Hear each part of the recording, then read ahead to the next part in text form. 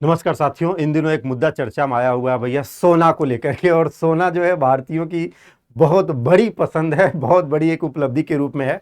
हमारे यशस्वी प्रधानमंत्री ने कल एक बयान दिया है और देशवासियों से एक अपील भी किया कि भाई देशवासियों को देश हित में सोना नहीं खरीदना चाहिए। तो शुरुआत में लगा कि चलो ठीक है, यूं ही चर्चा हो रही है, बट बाद में पता चला कि नहीं भैया, ये मुद्दा बहुत गंभीर है। और एक साल के लिए, पहले ये हुआ चलो एक हफ्ता, 2 दिन, 4 दिन, 5 दिन की बात होगी, लेकिन इसमें ये अपील करी जा रही है कि एक साल के लिए भारतीयों को सोना नहीं खरीदना चाहिए। और भारत जैसा देश जो कि अपना परंपरावादी देश है और एक ऐसी विरासत, एक ऐसे सपने को लेकर के चलता है कि जैसे ही ये खबर पहुंची है सब लोगों के अंदर बेचैनी हो गई कि भाई हमारे प्रधानमंत्री ऐसा क्यों बोल रहे हैं, ऐसा क्या हो गया देश में।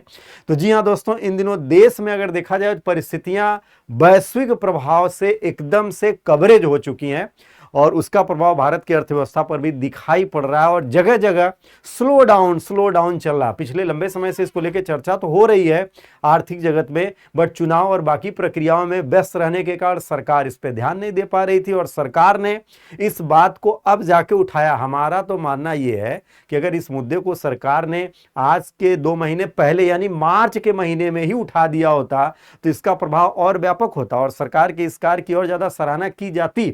बट अब समस्या इसमें यह आ गई कि हमारे भारतीय दो धड़ों में बट गए और हमारे भारतीयों में यह बात चली भाई कि इसके लिए जिम्मेदार कौन है।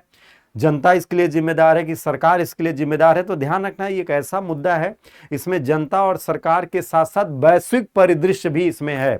भारत जैसी अर्थव्यवस्थाओं में लोग सोना खरीदना सबसे ज्यादा पसंद करते हैं। सोने की बढ़ती कीमत के बावजूद भी लोगों ने सोना खूब धड़ल्ले से खरीदा है। और दोस्तों, सोना एक ऐसा कारोबार है कि सोना हम अधिकतर विदेशों से आयात करते हैं और सोना जब आयात करते हैं तो हमारे यहाँ विदेशी मुद्रा भंडार कम हो जाता है। और सोना एक ऐसी परिसंपत्ति होती है जो स्टोर की जाती है लंबे समय तक और उसकी प्रोडक्टिविटी जो होती है वो बहुत ही कम होती है। हाँ, एक इन्वेस्टमेंट होता है जो लॉन्ग टर्म में देता है, बट तत्कालीन अर्थव्यवस्था की आवश्यकताओं में वो बहुत ज़्यादा कारगर नहीं हो पाता है। ऐसी दशा में हमारी जो मुद्रा है भारतीय रुपया, उस पर बहुत तेजी से दबाव बढ़ रहा है और सरकार इस बात को महसूस कर रही है, सभी लोग इस बात को महसूस कर रहे हैं। ऐसी दशा में सोना न खरीदने के पीछे के अपील करने का जो मेन उद्देश्य ये है कि भाई हम सोने की जगह अपना जो पैसा है वो कहीं और इन्वेस्टमेंट करेंगे जिससे हम और पैसा जनरेट कर सकते हैं और अपने देश की अर्थव्यवस्था, अपने परिवार और अपने आप को मजबूत बनाने में योगदान दे सकते हैं।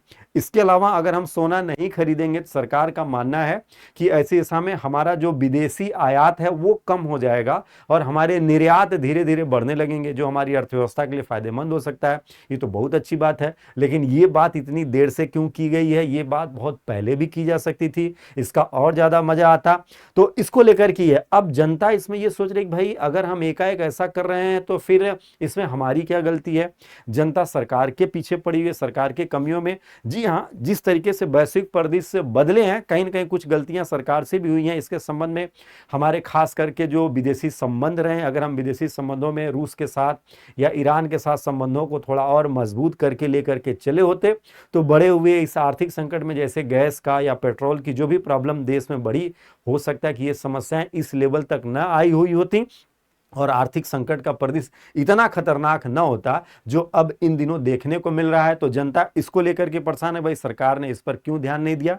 चलो, देर आई दुरुस्त आई, सरकार अपनी है, सरकार इसको लेकर के वापस आ रही है। अब इसमें सबसे बड़ा जो प्रॉब्लम निकल कर के आ रहा है, सोना से जुड़े हुए जो हमारे कारोबारी लोग हैं, यानी सोना से जुड़े हुए जो लोग काम करते हैं या सोने से जिनका बिजनेस वगैरह चलता है, उनको लेकर के ये चर्चा है कि भाई हमारे यहाँ रोजगार के अवसर और बेरोजगारी की समस्याएं बहुत तेजी से बढ़ने लगेंगी, बहुत ढेर सारे लोगों का काम छीन जाएगा। ये बात तो है कि अपने देश में लाखों की संख्या में लोग ऐसे हैं जो सोने के कारोबार से जुड़े हुए हैं, लाखों परिवार इस पर निर्भर हैं, उनका कारोबार छटेगा, उनका कारोबार प्रभावित होगा। तो सरकार इसको लेकर के क्या करने वाली है या उनके लिए क्या अवसर निकल करके आने वाला, इस पर भी हम सभी को बात जरूर करनी चाहिए।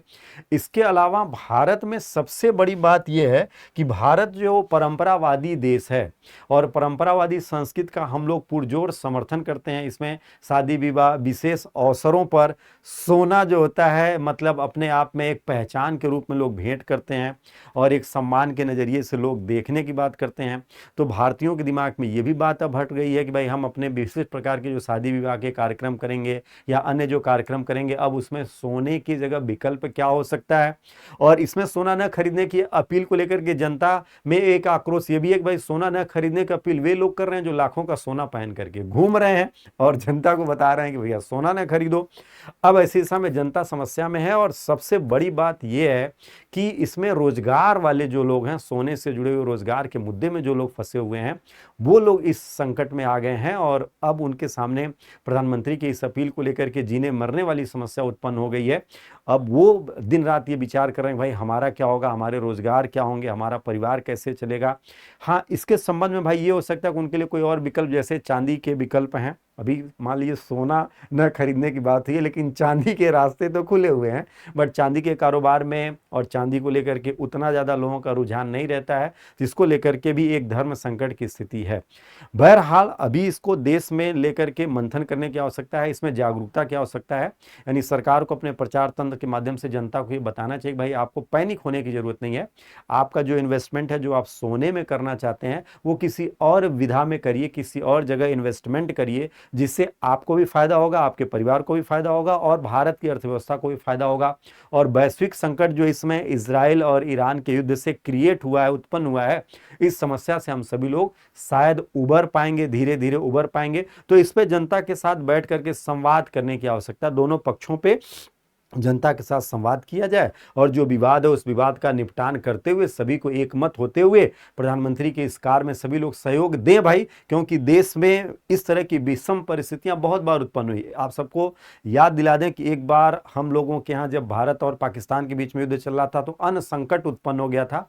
उसमें लाल बहादुर शास्त्री ने देशवासियों से एक वक्त का खाना खाने की अपील किया हुआ था। हालांकि अभी ऐसी स्थिति भारत में तो नहीं है, लेकिन फिर भी अर्थव्यवस्था को मजबूत करने के दृष्टिकोण से प्रधानमंत्री जी की ये अपील सराहनीय है। हाँ, बस इसी बात का थोड़ा सा दुख है कि ये अपील थोड़ी और पहले की गई होती तो हो सकता हो कि इस तरह की स्थिति न उत्पन्न हुई होती और देश में बहुत सारा इन्वेस्टमेंट जो सोने में गया, लोग लगा करके फंस गए हैं, वो किसी और कार में अपने इन्वेस्टमेंट को करेंगे। तो पैनिक होने के लिए, परेशान होने की कोई आवश्यकता नहीं है। भारत की अर्थव्यवस्था में योगदान देने का सभी का समय है, तो अपना योगदान देते रहिए और भारत को मजबूत बनाते रहिए। आप सभी को ऑल द बेस्ट।